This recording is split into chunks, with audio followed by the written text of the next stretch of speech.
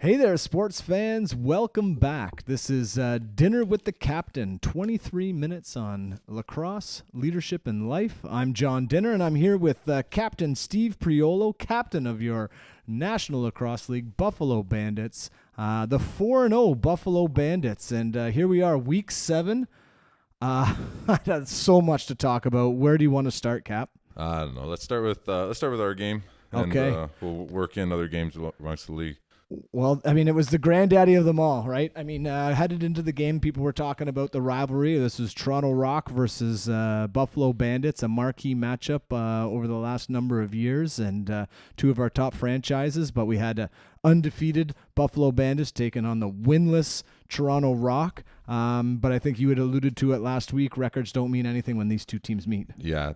Did you expect anything else? Right. I mean, I expected certainly a lot more, but I did not expect that. Yeah, that must have been one of the more fun games of the year for the fans. Is it a fun game for the players?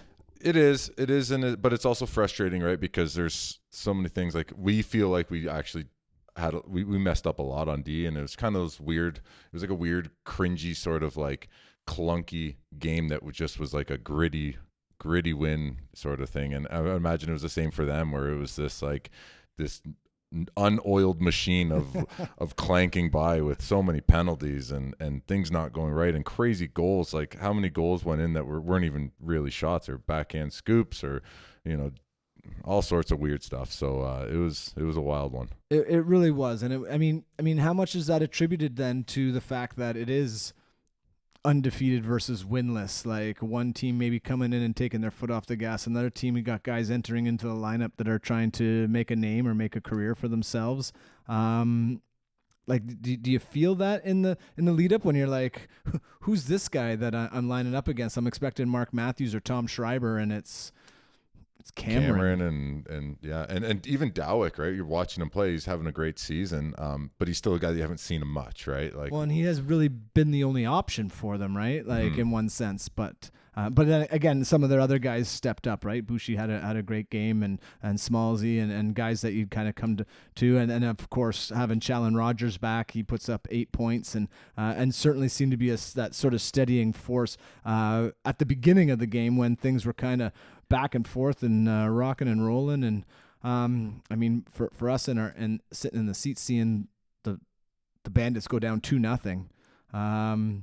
What's the word on the bench? No one's losing their mind yet? No, it was when they scored 5 on us. It was kind of like, all right, we need to start dialing this in, or we need to change something, because they had I think Cameron tried to take me underneath, and I got shoulder to shoulder with him pretty good, and he still sort of jammed at 5-hole. And then we took a penalty. Challenge scores from the top, where I get a stick on him, and it sort of hits off of Vino and sort of slides in that corner. And it's like, we kind of wanted both of those back. And then I don't remember the next two, but there was one of them was like either Bushi or someone coming behind the net and throwing like this backhand sort of, we call it a junk shot, but it's like a tough shot to save for Vino, right? Because he doesn't know where it's going. You can't read your body. It's unorthodox, right? Yep. So you're sitting there going, okay, we need to. Oh, and then I think they had a shot through the gap, which we talked about last time, where we need to be better on closing our gaps, but we're a little bit more cautious, switching on those things, and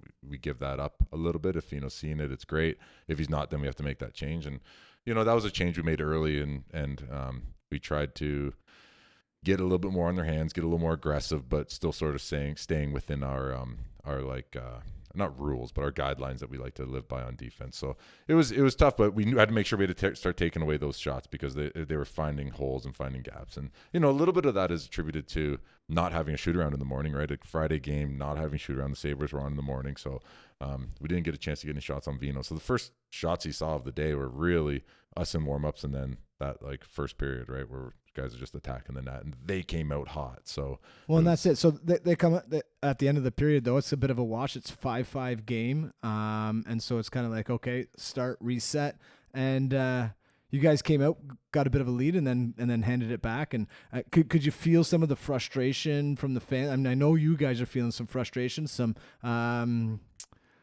we'll say inconsistent calls that are out there. Just again, another one of those ones where we talked about it, I think a couple of weeks ago, where the helmet comes off and takes 2 steps, and now we're shorthanded after a player's seemingly like taking a headshot, right? Like, Dude, and that's the craziest thing is how does the helmet come off? It's funny, we talked about that with Bushi, and I actually said that to Chal. I'm like, man, this is a crazy rule, because I saw it when it happened with Bushi, and I was like, how is he getting a penalty? He got his helmet ripped off and then just passed the ball away, right? And then it's like, then it happens to us with Weiser, and you're sitting there asking the refs, like, what is he supposed to do? And they're like, well, he needs to drop it after one step. Well, and you're like, who makes a pass off their back foot, like coming out of a corner of a battle, right? Yeah, like, or like, how about the fact his helmet got ripped off in the corner? It's like, maybe just call it a possession, or I don't know. I don't know the right play, but for that to be a penalty, you're just sitting there going like, man, how is it not just you stop the game, give the ball to Toronto if you want to make that a possession call? Sure. We shouldn't go down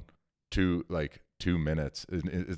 People don't understand that being on the man down in lacrosse like is such an advantage for the offense, and penalties should be more or less sparingly given. I think there needs to be more possession which is calls. funny, because I think like this game in particular, again, it's a TSN game, and so it's a nationally broadcast game, and I think throughout it's starting to gain a little bit of traction as the evening goes on. People maybe flipping by and being like, oh, it's 5-5, oh, there's big hit, and so then they stay. And these are the people who are like, how's that not a penalty? How's that not a penalty? There should be a parade to the box nonstop. And then we got the captain being like, no, less penalties. Yeah. It should be less penalties. Or at least less confusing penalties. There you go. At the same time, I've only had, I feel like, positive feedback from people that watch the game. Like, man, that was the craziest, best game ever. Of course, we ended up on top. We ended up winning, and I'm surrounded by Bandit people mostly. So everybody's super stoked. But at the same time, I think it was a really good game for entertainment wise, but it was really like frustrating to be a part of, because you couldn't get in a flow. You couldn't understand what was going on. And that's kind of like, we knew they were going to do that. We knew they were going to come in with this, this, it's not a woe is me, but they knew that they were down guys. They knew TD wasn't coming back. Schreiber wasn't back. Matthews was still out. Luttrell's still out, and they're still battling that sort of thing. So, how do you beat the Bandits? Well, you draw them into shit. You draw them into penalties. You draw them into like the crap. And, it worked. They saw in there. You saw them like, I have my list here of podcast notes just when I went back and watched the game, and I was like, this is the most the captain's ever written down on a piece of paper in a number of years, which just goes to show you the intensity of the evening and the weekend. Yeah, man, it was a wild one, right? And like, even, someone like Chase, like I kind of felt for him. I was super stoked that he scored that goal at the end of the game, because I feel like he was just battling it all game, right? With that up pick that he set, where they called it a 5 initially, and then they downgraded it to a 2, and I'm like, okay, that you can call that a 2 if you want, or it could be a possession call and or moving pick or whatever. Yeah, because he was square to the chest, but maybe it was a little hard. Maybe you want to give him that call. But it's frustrating, because we just watched video of how hard they set picks, and we watched a video of Bushi in the first game against Ottawa. He sets an up pick and absolutely destroys this guy. It sends him all the way to center, like, and then he rolls to the net and gets the ball and scores. And we're like, man, they set hard picks. Like, we got to come out and set hard picks too. And it's just inconsistencies. So it's not necessarily trying to get a feel for the refs over the year. It's trying to get a feel for the refs at like minute to minute, really. And it's tough. And then it's got to be tough on them too, because I mean, you've obviously got like 40 grown men that are beaking at them, but then you got 18,000 fans that are also. I mean, it was a pretty electric atmosphere in there. Well, I know the refs are getting word from the top to not give us time of day. Like, don't talk to the players. Like, don't talk to the coaches. Don't take anything. And you see JT got a 2, didn't swear, didn't say anything, just trying to get an idea of what a vulnerable player hit is. Yeah. And he gets 2, and I don't want to make this podcast about harping on the refs, of course. But it just makes it difficult when made it difficult to get into the flow, which plays to the advantage of a team that maybe isn't trying to set up a flow. It is trying to still feel each other out, is trying to find something, and so they're just relying on some physical attributes to get them through, and doing things that maybe was a little bit of a surprise. Like you said, you're expecting to have Matthews on the side, and you got Cameron, and you're going shoulder to shoulder with him, and I mean, you're not really sure what he's going to do, and he kind of shoots over top. Vino's not really quite ready for it, and all the video kind of suggested that he likes to swing over top and shoot off your hip, right? So I kind of played it a little bit high in hindsight, but I've watched it a couple times, and it's not all too bad. Like, no, it's not like he got away from you or anything. Yeah, like he that. still He just met him, but got a shot off. Looking back now, I'm like, oh, he obviously from the corner, he's gonna sort of he'll either swing over top, but he also has the ability, like Craig, to sort of jab stepping, try to get underneath, right? And it's like, that'll that video will start immersing into the world, and you'll start getting a better idea of the type of player he is. Yeah. And so if you didn't see the game, this thing ended 15-13, but there was drama throughout. Big hits being thrown out on both sides. Weiser taking a hit from Cree as Cree steps out of the penalty box. And then, as you mentioned, Fraser getting hit, and there's lots of questions about vulnerable hits. And so, I mean, I do have to ask, like, Belter comes in to defend Chase, and he takes a pretty good shot. How's he doing? He's okay. He's it's just backing up to that vulnerable player, like leading up to the sort of the Belter fight. If we're gonna get into that, it's a tough one, man, because vulnerable player never was a rule for the longest time. During my career, it was with you, if you're within sort of that like 6-9 foot radius of the ball, like you were expecting to get hit or expecting to hit somebody, right? And it was there was the goalie rule, right? We're sort of like, not to talk too much about the like Buki hitting Carson Leung, or me hitting Brody Merrill, or whatever it is. There's these they introduced the vulnerable player rule, right? And for a while there, anybody that was near a ball, like you were getting hit, they were just calling penalties. So I think, it's kind of swung back to like sort of like a nice little spot, right? It's like, don't hit the draw guys when they're picking up the ball coming out of the middle, right? That's a vulnerable player. His head's down, he's coming up. Like, we don't need to be taking these guys' heads off. But that one, like, Weiser had the ball running up, and Creek comes out of the penalty box. Like, honestly, sort of like, got to kind of be aware. And I think he knows that, right? Yeah. He's, he would have liked maybe somebody hooting and hollering and say heads up. But penalties just expiring. But you can't like hear anything in there anyways. And then, it's even the one to Chase, right? It's like, Gash is coming off the bench, and Chase is in a vulnerable position, but at the same time, we sort of put ourselves in that, right? And we made that pass, and he's like, I didn't even feel the hit. Well, I was gonna say, for as big as a hit it was, I mean, Chase was back on his feet looking for his stick before he was ready to go score a goal. Yeah, like he was after it. He's like, I didn't even phase me. Just there's a hit, go get the ball, go. But at the same time, the way it looked, and kudos to Belter to get in there and sort of step up and. Yeah, man. Just because of the way we mentioned it off air, he's joined some heady company. Because I asked you ever been one punched? And yeah, my first fight against Roy Smith, I got knocked out. Travis Irving got knocked out by Paulie Dawson, and now Belter got knocked out by Gash, and it's sort of like a Bandit's tradition, isn't it? Welcome to the club. Yeah. Now, have you ever one punched somebody, like just sort of kind of catch him and in junior, Chancey Johnson, I hit him. I got him. With a one punch, but it's hard, man. It's like fighting is a crazy thing, because as much as you want to do damage to the other guy, a lot of times it's about limiting the damage that happens to yourself, right? And after my fight with Rory, it's been how do I mitigate damage done to me, right? I want to get in there and I want to land one or two, but I also don't want to get my face punched in either, right? And it's like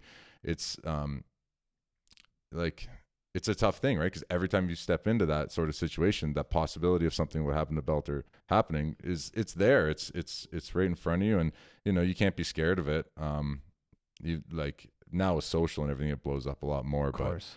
But you're gonna have to do a deep dive on the YouTube channels to try to find. Oh man, there's enough crap out there about me. You gotta find it. But at the same time, it's that's the reason that happens. The reason he steps in and hits that is just because of the way the game has been going that thus far, right? Like, we were getting pretty frustrated, man, and like you can probably feel it in me a little bit right now.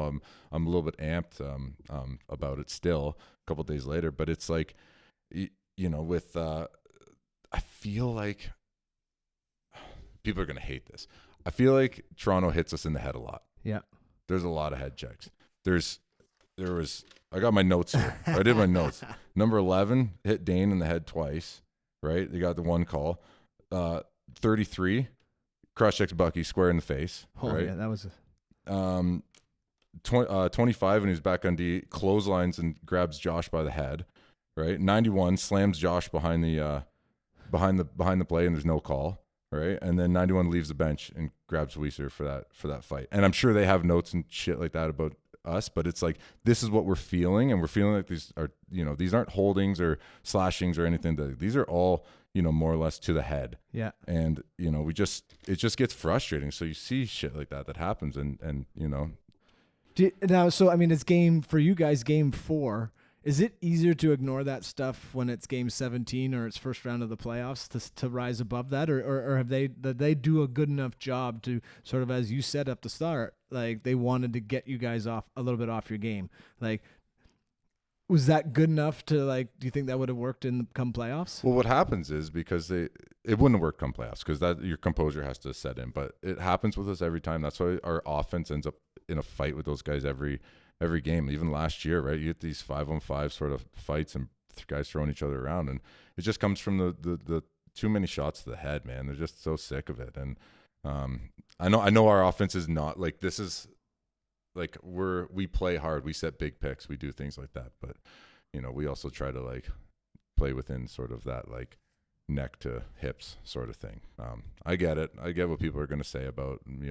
Steve's complaining about whatever, but it's like that's just the reality of it, man. When the game's going on, you're just so frustrated, and that's why Josh is going back into like why is Josh grabbing 33? It's not because it's a one-off shot to the head. It's because it happens over and over and over, and guys just get pissed. Well, man, it's lining up. We sort of joked about it. The February 14th game, no love lost.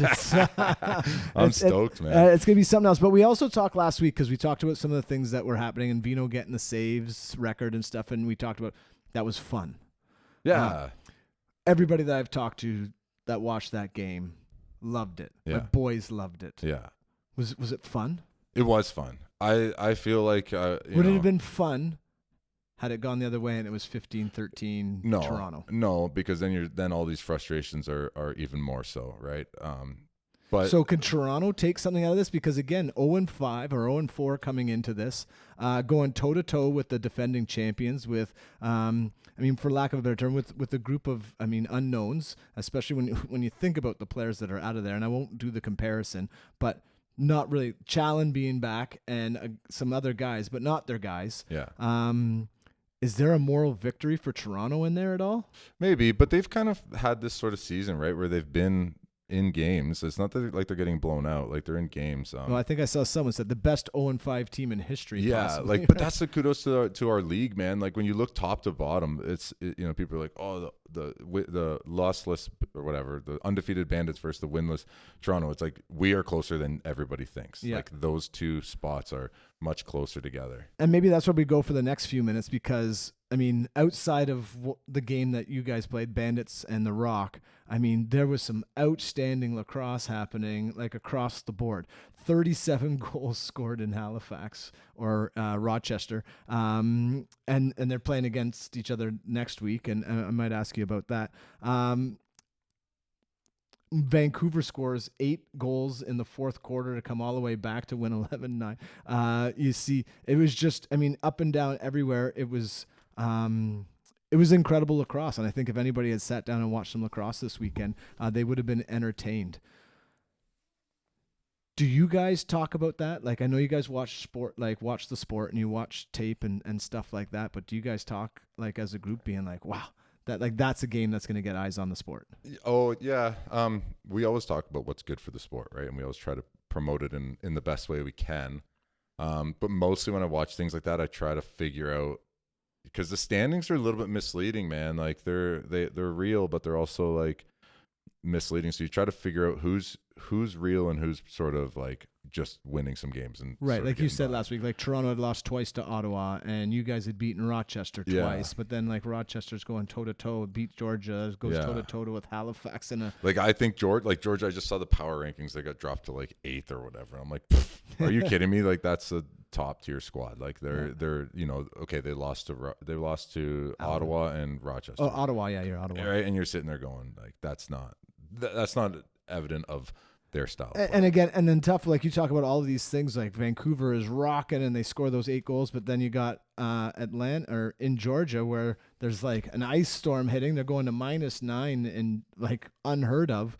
And so there's 50 people at the game. There's no music. You can hear all the things, and people are talking about how it was kind of nostalgic. Yeah. But changes the flavor of a game. It reminds me of the COVID days. Playing in Toronto with 0 fans was bizarre. Right? And so, again, so everything's sort of taken with a grain of salt, but to go back to the fact that like this, the game itself is more entertaining than ever. Yeah, and it's it is, and I know more goals are what the world wants to see, right? And it just depends how those goals come. To me, like nobody wants to see a man up, man down sort of game. They want to see good lacrosse. And I haven't had a chance to watch that Rochester Halifax game yet, but that's a ton of goals. But really, it comes down to the last goal, right? Yeah. Like them scoring with 0.1 second. Yeah. Like I was like when we were talking about before this, and it's like relating that to our game where Craig scores with just after the time expires in the third, right? And how many times has Toronto done that? Yeah. Right? They've scored just after the time expired. And when especially in recent memory, right? Right. You're talking about a game where it's like a lot like basketball where you're talking about buzzer beaters. Like you don't really get that as much in hockey or anything. But I guess football is the same with these Hail Marys and stuff. But it happens constantly in our sport, and that's gotta be exciting. Right. Oh. But Craig getting that goal called, like, sorry, not to bring it back to but that's where we were gonna go. Yeah, like Craig getting that goal called back at the end of the third, and then we start the fourth. I don't know what the score would have been. I think they were up 1 or 2, but they he scored that gets called back. Nice block by Martin. Justin Martin. You see him like he sort of scoots in behind Vino, and the ball goes off Vino, off Martin, and then bounces out, and then Craig picks it up and shoots in the time it expired. But then we go out and win the draw in the fourth, and then Bucky gets a nice turnover. Dane gets a turnover, passes it to Bucky, and we score. But then we get the too many men call, right? And it's like called right back.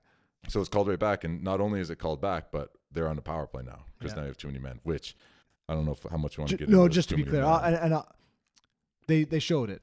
Mm-hmm. It wasn't too many men. Yeah. And it's pretty clear. I don't think anybody's going to argue. The argument would be that Scanlon was like a half step. Yeah, it's pretty tough. Like, it's someone looking for it. It seems it was so tight to the bench, and none of those guys had anything to do with the play. So it's kind of like make a judgment call. Like there's nothing to do with the play. There was a turnover, and where's it? I think they thought we just had too many men. Yeah. I don't think it was they were calling them. Anyways, but we went on the man down, and Craig scores. Yep. Right, so now Craig scores in the power, but then we come out and score 3 in a row on the next 3 possessions. So that was like, you're talking about the swing of emotions from. Well, and then they come back and they score 2 in a row, and then you guys finish the game scoring 3 in a row. And you talked about Fraser. It was great that he got the game time goal with just over a minute left. Mm-hmm. And so everybody's kind of on the edge of their seats. They're waiting to see what happens. And I know you're humble, and they even referred to it on the TSN. Leave it to Captain Steve Priolo to have a podcast and not tell anybody, because that's just kind of humble guy he is. And I'm going to try to fill that void because here it is. Toronto, one of the few face-offs that they won. So now it looks like, okay, they've got a chance. And they're peppering a little bit. They got a loose ball already and kind of reset the clock, it looked like. And they get another shot off, and the ball's essentially a jump ball. And a man among boys. Yeah, Steve Priolo. Covers some big ground. Well, covered ground, got up in the air, got your stick on the ball. And then out of all of that, bodies are crashing, and you come out with it. Yeah, that's I think the thing that doesn't get underestimated, but the hard part is getting out of trouble once you catch a ball in the middle like that, right? I think there was that one at the end of the game. There was one before that, and then there was a 5-on-3 with me, Weiser, and Paul Dawson, where it's like I caught a ball in the middle, and then there was just 4 Toronto guys on me as I'm running up, and I'm like, oh shit! So I turned back, and Weiser, great presence of mind, knew exactly what I was thinking, and ran to the opposite corner, and I was able to just lob it out there for him, let him go run on it, and we can make a change. But a play like that is just so much fun to be a part of.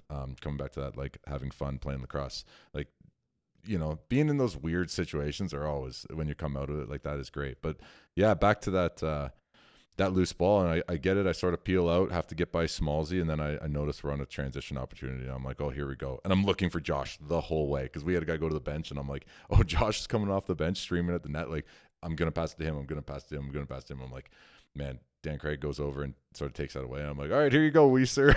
And then I think even still, everybody's still thinking Weiss is going to then go to Dane. Yeah, right? I think Weiser wanted to go to Josh. Sorry. Yeah, but it was like, I didn't give Weiser necessarily enough time to even think. I think he caught it, and he was like, it's not there. I'm a one-on-one. I'm going. Yeah. And he scores. He throws a 5-hole, and you're sitting there. We were celebrating, and I'm sitting there going like, please stay out of the crease. Like I hope he stayed out of the crease. Like, you just can't tell. Like between and every game and every goal, like just so people understand, every goal in the last 2 minutes in an NLL game is being reviewed. Yeah. So it's not like, okay, this is just because of the controversies that have been going on for the rest of the game. This is what happens. Yeah, but I think it has to be called a goal to be reviewed, right? So it's like if it's called no goal, then we have to throw a challenge flag. So it works better if they sort of like default to like, hey, it's a goal, let's look back at it as referees, which they did a good job of. But man, like Weiser to stay out of the crease, Frazier to stay out of the crease, score that big time goal, and that's what I was saying. I was so happy for him because I feel like he was fighting it a bit, just because his shots weren't getting through. Like they're talking about Frazier getting his shots blocked, they're talking about Dane getting his shots blocked. I think 91 and 16 on their team must have had a bunch of blocked shots just on Dane, on the top of the power. Really tough time getting shots through, and for him to just take the sort of team on his back and score that goal. And and Bucky staying out of the crease too is that third one of 3 goals that could have went the other way against us, that went for us. So that was a nice swing. And without going back and rehashing too much, let's rehash everything. But I mean, Frazier, you talk about fighting it and you're happy for him and stuff like that. I mean, he also recognizes that he got hit, and that led to Belter kind of stepping in. Does that affect a player, do you think? Like, are they talking like, we got to go out and get this for Belter? Is he saying something like that? Like, I got to do something to... I don't know. It's kind of tough. Like the reality is, you're so focused on the game that the moment word gets back that Belter's fine, you're just... you worry about it after, right? You're just playing, but you're also like, that has added to the emotions of the game, right? So now everybody's a little bit more amped up, going both ways. But Weiser taking 16 minutes in the middle of the game, and then when he comes out, now Belter goes to the locker room, so he's gone. We played with 8D basically the whole game, right? I was wondering, I was like, man, I'm getting a little bit tired. I'm like, because we have an 8D this whole time. So I don't know, but not to go too far back, but talking about them blocking shots, we got to talk about Paulie Dawson blocking shots, right? Yeah, I mean, at least even on that 5-on-3 that you referred to, like take a couple and like, man, it was a bummer to look back at our stats and see that he only was credited with 1. And I was like, man, I remember shit. They were just giving him to Vino, just assuming it was him making. Well, that happened a couple times. I went back and looked at the video, and I was like, oh man. So a couple went off of Paul and hit Vino. So I don't think it's a block shot. I think it's a save, which is fine. Like one hit his helmet, one hit his body and goes, and one hit the one at the end of the game goes off Paul's foot and then hits Vino. Right. So I don't think he's getting block shots for those, but there was a couple that, like, I remember one, we were on a man up, and I was sort of pressuring the guy down the lane. There was a block shot earlier where he kind of sweeped over, and then he had the block shot, and then he get the ball back, and then I'm pushing him down the lane, and he just fires it from the corner right off Paul, and I was like, man, this guy is so good at that, and I don't think he gets enough credit. Not that he's looking for it. He's that guy that he's very, very okay flying under the radar with all that stuff. He just wants to win lacrosse games. I think that's where most of us are at. But I think he needs to start getting more credit for his ability to block shots, especially seeing on social. Well, we'll definitely never call him Dan again, right? Because I think he probably got more block shots in that game, even if he was only credited with 1 than Dan had in his career. So.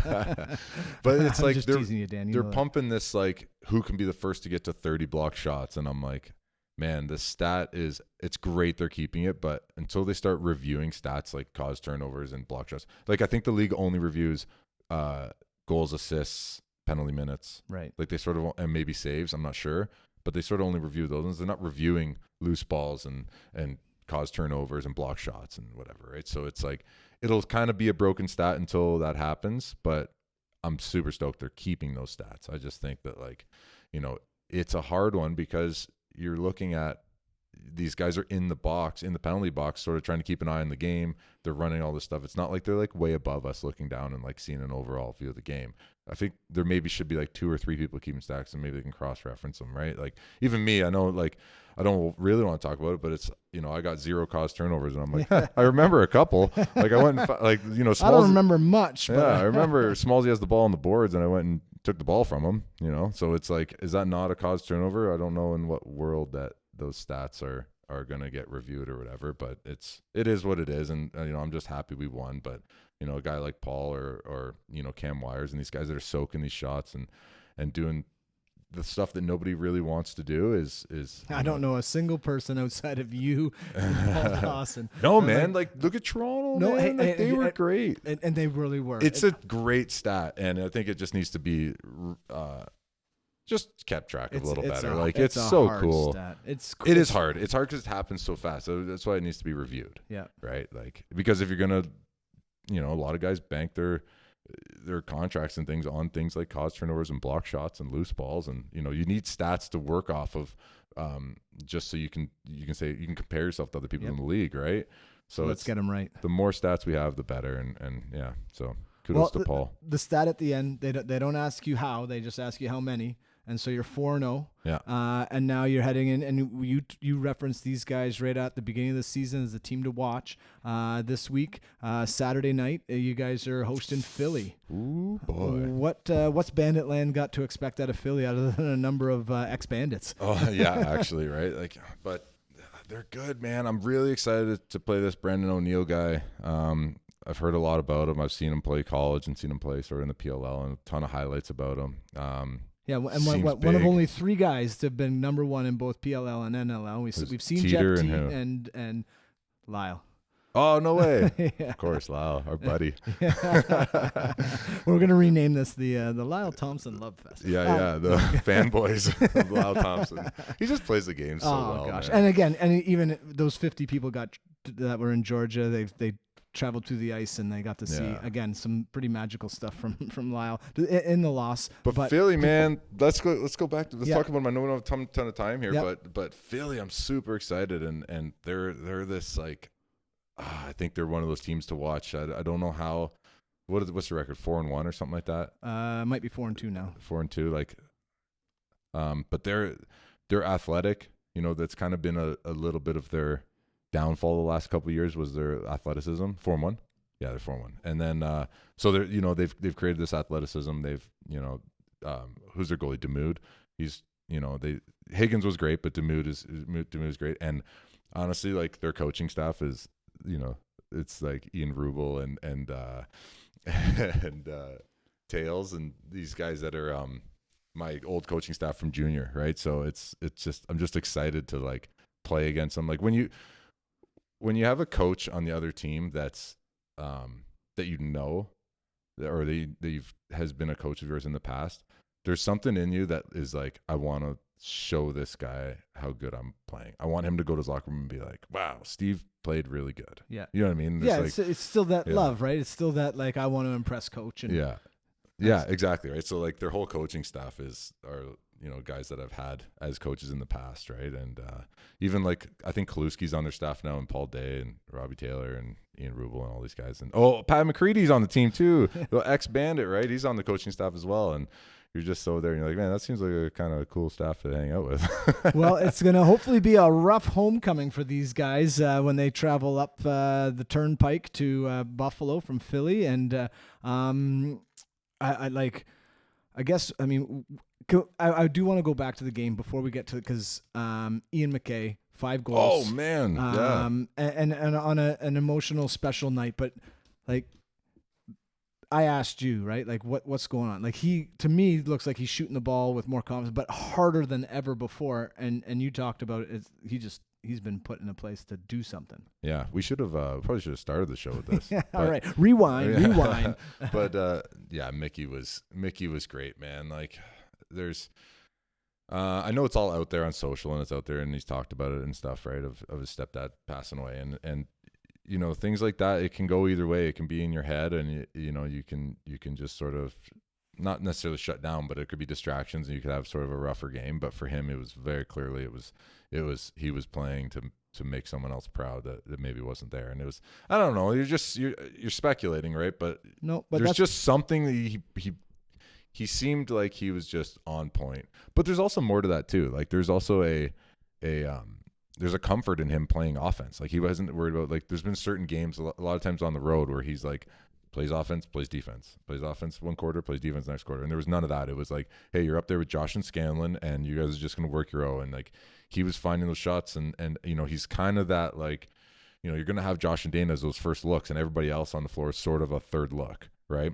So you see a lot of Mickey's goals are scored late in the shot clocks. Right? It's like, okay, Mickey's got a cannon. He's got he's got a hard shot that's very accurate. A lot like Kluche, right? Where it's like a hard, accurate shot. So those late goals were just, on point, and, kudos to him. And then the assists, I know he's involved in plays. He can move the ball real well. And I don't know, man, he just played really well, but so did everybody else. And I'm happy we sort of, gritted it out and went through those. It was important for us to have a game that, we were playing bad and have to be like, we need to figure this out, and this is a character win. Well, it was because still early in the season. I mean, your 3 games. Not that they were won handily, but they were won handily, right? Like you kind of knew what was coming, and this was a game that, like you said, they junked it up, and you guys came through. But you avoided the trap. But now we got Saturday night. This isn't a trap game. This is a battle for the top of the top of the table. Yeah. Undefeated versus the team that wants to be at the top of the table. And so if you haven't gotten your tickets yet, the KeyBank Center has been rocking the last 2 games, and I expect it's going to be rocking again. They call it the medicine game for a reason. It's medicine for the people sitting in the stands. It's medicine for the players when they are dealing with things like Mickey was. And it's just been an incredible start to the season. And so we've gone well over. We're supposed to be 23 minutes. You got an extra quarter from us. We're at about 36 minutes, but lots to talk about. And we'll be back next week when we digest that Wings Bandits game and then prepare you for another bye week. All right, thanks, JD. It's medicine for us too, eh? Get the stuff off my chest. There's nothing better than sitting and talking lacrosse with the captain. I'm John Dinner. That's Steve Priolo. This is Dinner with the Captain. Thanks for listening, and we'll hope you'll be back. Thanks.